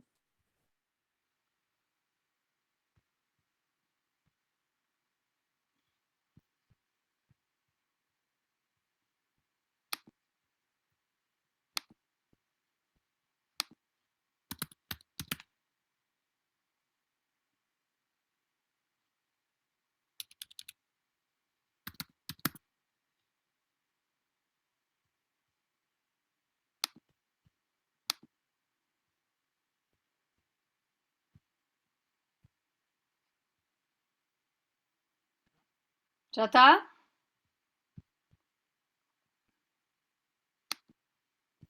Então, quem temos aqui? Eu na próxima, de hoje a 8 dias, na sexta-feira, às 8h30, portanto, outra vez desculpem que eu não pude dar hoje de manhã, mas na próxima sexta-feira eu posso ter problemas de ligação. Mas, em princípio, como vamos trabalhar sobre os slides e vamos fazer a contabilidade nacional, eu posso ter que ficar sem câmara. Quer dizer, só para dizer que não vê a minha cara, mas também não é preciso, é só para chamar a atenção que posso, não sei ainda como é que eu vou. Pronto, mas é só para chamar a atenção que temos a aula e damos os slides. Os slides vão ser, portanto, os slides vão ser, portanto, hoje demos do slide 1 ao slide 23, para a semana vamos dar do slide 24 a 39 e depois vamos dar do 40 ao 61 e depois ainda temos mais uma aula de revisões, etc. Então vamos ver aqui. Ana Teresa, Catarina Pinheiro, Catarina Santos, David Xavier, Diana Borges, Diogo Lopes, Eduardo Feliz, João Rodrigues, Maria Benjamin, Mariana Tiago, Patrícia Balagueiras, Pedro, pois o meu colega já não está, quer dizer, está com isso ligado, mas não está. Rodrigo Santiago. Então, o que é que eu quero chamar a atenção? O esquema que eu dei de introdução na primeira aula, em que tinha circuito económico, ciclo económico, modelo keynesiano, ajuda a perceber a relação, portanto, ajuda a ter uma visão do todo a economia. Por sua vez, o que demos hoje, os setores, também nos ajudam a ter uma visão do todo. Não sei se querem que eu faça a revisão dos. Não sei se querem que eu faça a revisão do ciclo e do circuito e a relação com o modelo keynesiano, ou se querem que eu ande mais devagar nos slides, porque eu fui talvez depressa demais. O que é que eu quero chamar a atenção? A certa altura, muito devagar, é chato, portanto, tem que se criar um certo ritmo. Portanto, é muito difícil para mim não tornar isto completamente mastigado. Por outro lado, excesso de informação também não é eficaz. O que é que eu quero garantir-vos? Que esta matéria, cada parte é complexa. Portanto, o que é que nós fazemos? Vamos, cascas de cebola, vamos descascando a casca de cebola ou acrescentando casquinhas de cebola. Estamos a construir uma cebola. Portanto, começamos com o núcleo e vamos construindo capa a capa. E estarem seguros, portanto, muitas vezes vocês não percebem, portanto, estão habituados a estudar de uma maneira em que fique tudo claro e não percebem logo ao princípio, então ficam bloqueados e já não fazem esforço. E o que eu quero chamar a atenção é ver o que é que não estão a perceber, a partir de quando é que não estão a perceber, desde onde é que não estão a perceber. por onde é que começam? E não interessa por onde é que começam. Podem começar com o ciclo económico, o circuito económico, o modelo keynesiano, com os gráficos, com os slides, com a sebenta. Eu, como aconselho, é como eu dei na primeira aula teórica. Circuito, ciclo, modelo keynesiano. Porquê? Porque acho que ajuda a introduzir as personagens principais. Mas muitas vezes não há, por exemplo, com alunos de PL, alunos da noite, o que é que eu tenho estado a fazer? Numa turma grande, explico para a turma toda e depois, como estão cansados, e eu estou cansada e se calhar já não estou a explicar muito bem, diga, não se preocupem que eu explico 10 vezes. Portanto, eu explico uma vez e depois dirijo-me a pequenos grupos e vou explicando outra vez. E eu digo, isto é muito difícil até ser fácil. Isto é muito difícil até um clique e de repente é fácil. Eu de repente percebo. Às vezes esse clique só acontece na véspera do teste. Alguém não percebeu nada e diz, não percebo nada, não percebo nada, não percebo nada. E eu digo, calma, o teste é amanhã. Faça lá um esforço, veja lá se percebe. Ouça com atenção. E eu repito. E eu digo, pois, professor, já podia ter explicado isso melhor, porque isto afinal não é assim tão difícil. É sempre o comentário. Depois de se perceber, é fácil. O ovo Colombo é assim. Portanto, e o que é que eu insisti muito com os alunos da noite? Eu insisti muito que há outras maneiras de... A ciência económica é altamente contestada, é altamente criticada, é tida como causa do caos económico que a economia mundial está, e as alternativas ao pensamento económico que vêm da economia institucionalista, que vêm da economia ecofeminista, que vêm de economias interacionistas, economia sistémica, bem, são mil teorias que contestam a teoria económica neoclássica, que é a que nós damos, é a que se dá nos manuais, é a que se dá em todos os cursos de gestão. O que é que nós estamos a tentar fazer aqui? É dizer, vocês têm que saber esta teoria, embora esta esteja completamente obsoleta. Está obsoleta. Legitimiza coisas que estão erradas, em termos, portanto, contradiz-se a si própria em termos de racionalidade, mas como é a linguagem comum, é o pensamento dominante, é aquela que permite manter umas aparências de cientificidade, é aquela com que nós contamos. Portanto, o que eu quero chamar a atenção é para perceberem esta economia, esta ciência económica, desta maneira, e depois vamos desmontá-la, vamos dizer, afinal isto não é bem como quer, não encaixa assim tão bem como parece. Sobram peças. Nós desmontamos o relógio, voltamos a montar e sobram peças. Bem, se sobrassem peças e o relógio funcionasse, o carro funcionasse, a bicicleta, então... eu estava a dizer que o que eu tenho insistido com os alunos da noite, que é muito, muito importante perceberem que este modelo keynesiano, este modelo de oferta agregada, este modelo, esta política neoclássica, este modelo é um modelo mecânico, um modelo linear, um modelo de causa e efeito, um modelo em que tudo encaixa.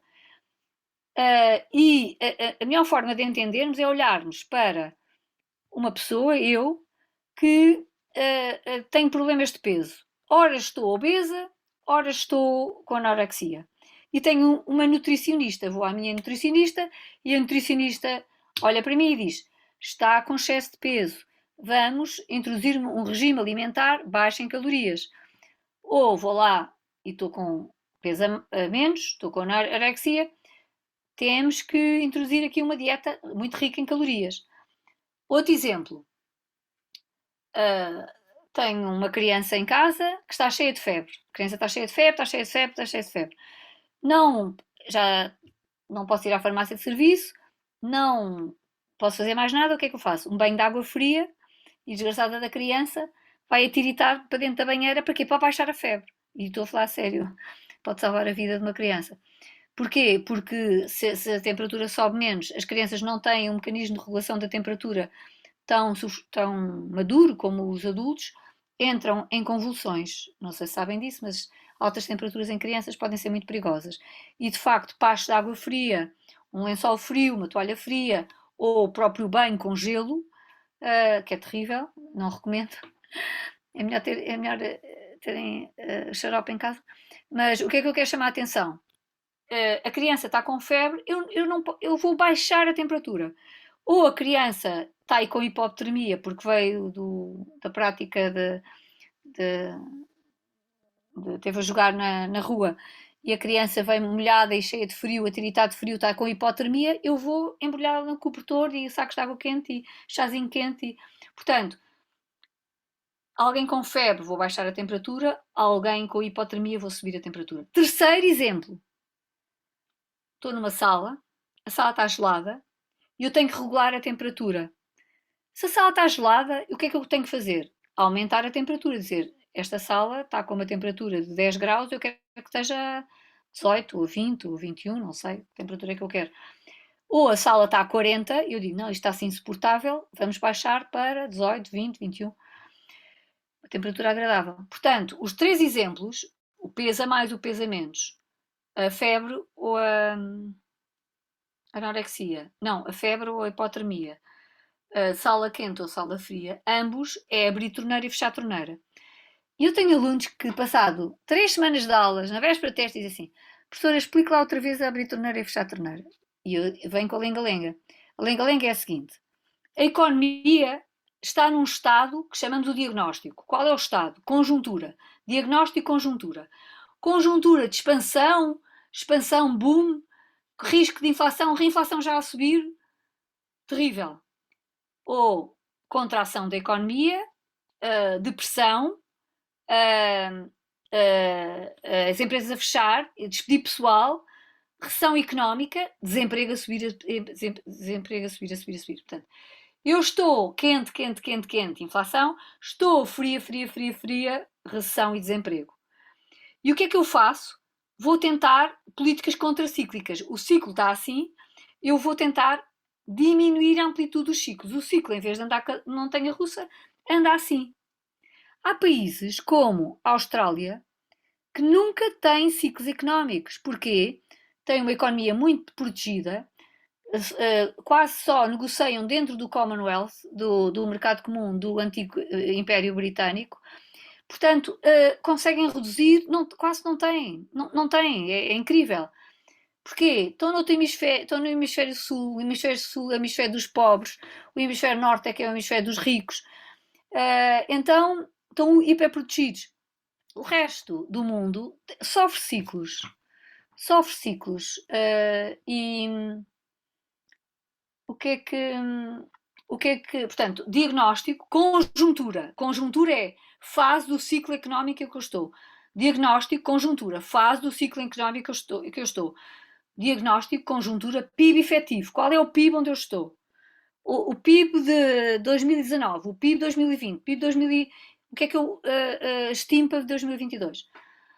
Portanto, a conjuntura. Depois tem, no ciclo económico, tem a reta, tendência de longo prazo, PIB estrutural, PIB potencial.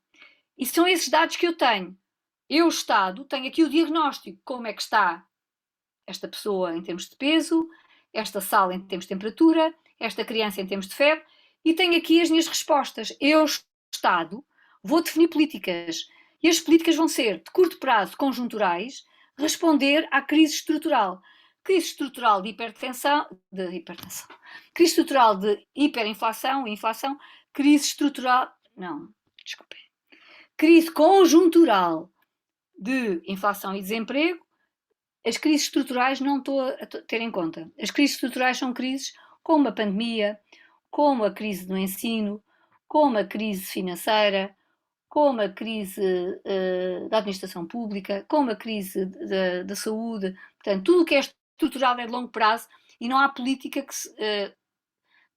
temos políticas de longo prazo que chamamos as políticas de desenvolvimento. Eu quero voltar atrás, estou a falar só das políticas conjunturais, das políticas de estabilidade, das políticas de combate ao ciclo, as políticas que aplanam o ciclo económico.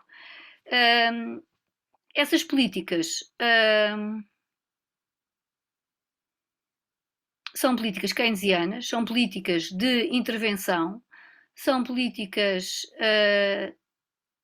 contracíclicas, contra-acionistas se eu estou em inflação, expansionistas se eu estou em depressão.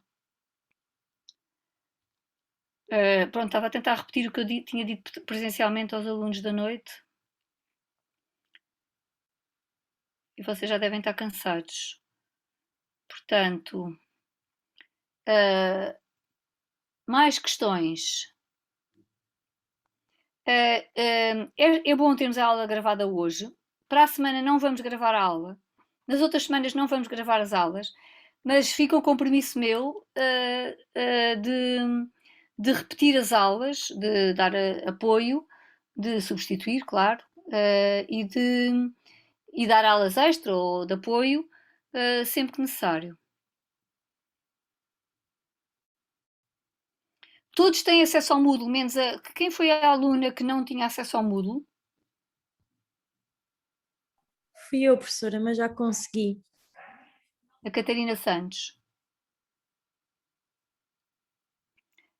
Mais coisas. E quem é que se aventura a ler o que está em baixo no... Quem é que se aventura a ler o que está em baixo? Não é agora, hein? No fim de semana. E me dá feedback. Posso ler? É processo de Bolonha. Processo de Bolonha centrado no estudante e não no docente, centrado nos interesses dos estudantes e não nos interesses do docente, centrado nos interesses dos estudantes, na motivação dos estudantes, na automotivação, na motivação do grupo, na motivação da turma, da escola, a cultura do instituto, a cultura de Setúbal, Península de Setúbal, Distrito de Setúbal. Portanto, focado nos vossos interesses, naquilo que é bom para o mundo, para a economia mundial, para a cidadania global, e não nos conteúdos. Portanto, os conteúdos estão ao serviço dos vossos interesses. Mas depois digo assim, mas espera aí, como é que eu pergunto a 200 alunos que interesse é que tem a economia? São alunos que estão a estudar recursos humanos, estão a estudar outra área qualquer de gestão, vão querer saber de economia? Não vão querer. Portanto, é o meu papel dizer, vocês não querem saber de economia, mas reparem, vocês querem gerir a vossa carreira, querem ter dominar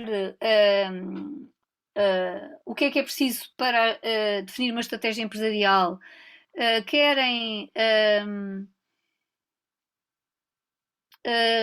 saber interpretar o contexto macroeconómico para definir as tendências do mercado que afetam o vosso negócio. Vocês querem, têm famílias, têm pais, avós, tios, pessoas de idade que estão com baixos rendimentos, que estão com pensões muito baixas, que estão numa zona que está a ser despovoada ou que estão numa zona que está a ser atacada por investimento direto estrangeiro, como as cidades, por exemplo, o centro de Setúbal. Comprava-se uma casa barata, agora com o investimento massivo francês, antes era angolano e russo, depois passou a ser chinês, antes ainda era espanhol, no Algarve inglês, alemão, holandês. Portanto, o que é que eu quero chamar a atenção? O que acontece quando temos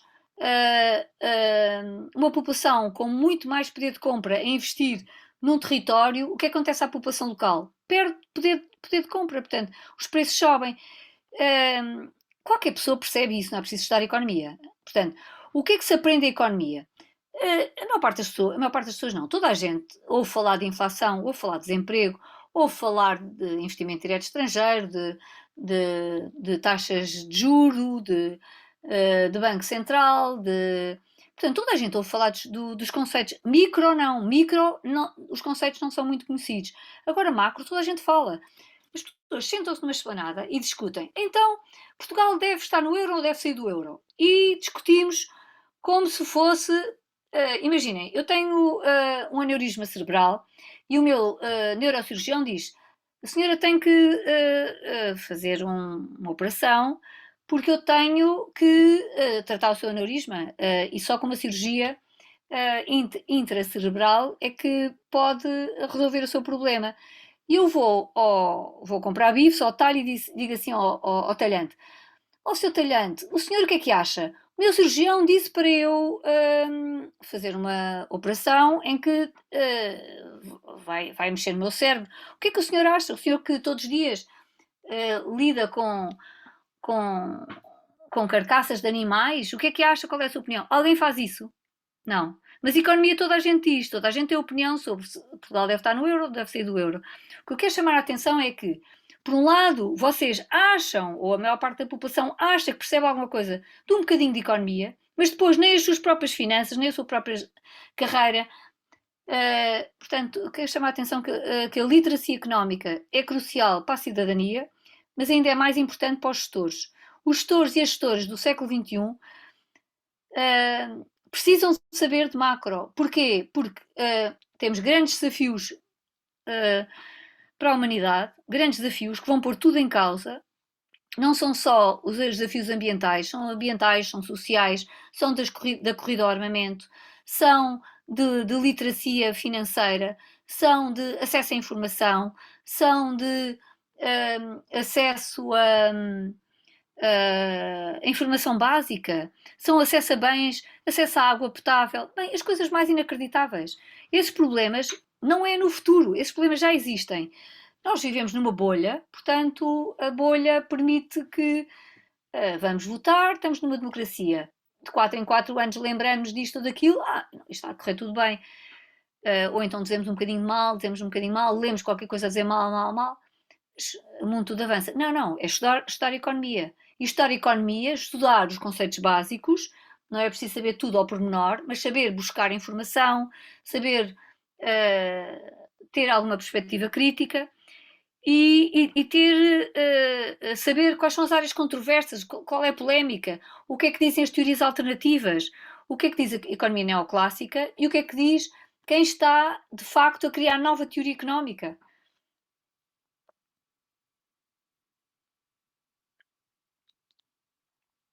É o que vos acontece. Vocês se não me colocam dúvidas, eu entro por aqui fora. Mas eu estava a dizer, processo de Bolonha, vossos interesses, estudante líder do seu próprio processo de aprendizagem. Portanto, a bola está toda do vosso lado, toda do vosso lado. E nós, equipa, portanto, docentes e discentes, portanto, nós todos, a equipa docente de macro e todos os estudantes de macro, somos um todo. E temos aqui um compromisso até ao fim do semestre. Até ao fim do semestre estamos aqui todos agarrados, um por todos por um. Mas o que se passa entre nós, e eu vou-vos dizer uma coisa, agora já só estão 10 pessoas, vou-vos dizer uma coisa e até vou escrever os nomes de quem aqui está. Porque eu ontem disse uma coisa e eu disse, a coisa mais importante que eu vos vou dizer é isto. Portanto, Catarina Pinheiro, porque não se importam que eu escreva quem é, Catarina Santos, não é nada de segredo, é só porque é tão importante para mim.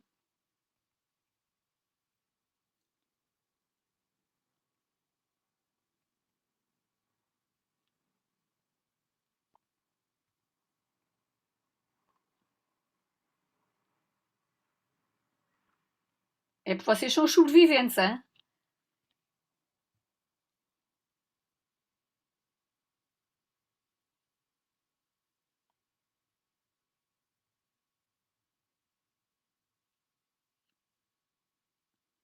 Então, o que eu disse aos vossos colegas é o seguinte: vocês põem aqui num quarto ou aqui põem numa mão todo o conhecimento do mundo, tudo o que está nas bibliotecas, tudo o que foi dito, tudo o que foi escrito, portanto, é conhecimento que não está na cabeça das pessoas, está guardado, está registado, não está na cabeça das pessoas. E põe aqui o que nós estamos a fazer agora, que é online, ou face-to-face, ou presencial, alguém está a ter contacto há uma interação entre pessoas, portanto, alguém está a tentar perceber o que a outra pessoa está a dizer. Ou, alternativamente, eu estou a ler e estou a interagir, estou a ler um e-mail, estou a ler um livro, estou a ler, não interessa o quê, e estou a interagir, portanto, estou a conectar com a mensagem que aquela pessoa está a dizer. Ou estou a ver um vídeo, um filme, ou estou a meditar e estou nirvana, zen, ou estou a mirar o mar, ou a natureza, ou uma montanha, ou uma floresta. Portanto, eu estou a dizer, aqui tem todo o conhecimento que não está na cabeça das pessoas. E aqui tem alguém em interação. Alguém que está em interação com outras pessoas, ou com animais, ou com a natureza, ou com os tais objetos de conhecimento. Está claro a história? E agora eu digo-vos assim, vocês põem todo este conhecimento, comparado com o que está a acontecer agora mesmo, neste momento, entre mim e 10 pessoas, online, não os estou a ver, não sei quem são, quer dizer, sei porque tenho os vossos nomes e temos aqui uns contextos, temos uma instituição, é mais importante o que está a acontecer aqui. Porquê? Porque toda a realidade humana, toda a história da humanidade passa-se desta maneira. Passa-se com alguém que conectou com uma mensagem. Portanto, a transição entre o que não é humano, o proto-humano, o pré-humano e o humano, ou o pré-histórico e o histórico, é o mesmo tipo de passagem. É uma passagem entre um registro que não interpreto como humano até um registro humano. Por exemplo, 3 pedras alinhadas. 3 pedras alinhadas é um registro humano. Não há animal nenhum que coloque 3 pedras alinhadas. Podem estar alinhadas pela própria natureza, mas se eu vejo 3 pedras alinhadas em contextos que eu sei que não foi a própria natureza, eu digo que está aqui presença humana.